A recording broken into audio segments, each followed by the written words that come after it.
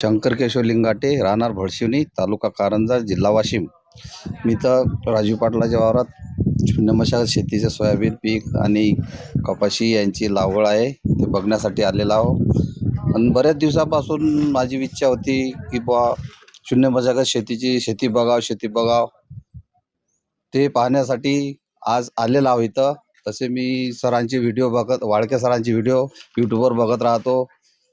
अजून गुलाबराव खंडागळेचे पण व्हिडिओ मी बघत होतो दोन वर्षापासून. पण आपल्या परिसरामध्ये असं नसल्यामुळे ते मला माहिती मिळत नव्हती. त्या कारणाच्यानं मी करू शकत नव्हतो आतापर्यंत. पूर्ण माहिती घेतल्याशिवाय कोणतं काही करावं नाही, बरोबर. हे असं माझं मत आहे.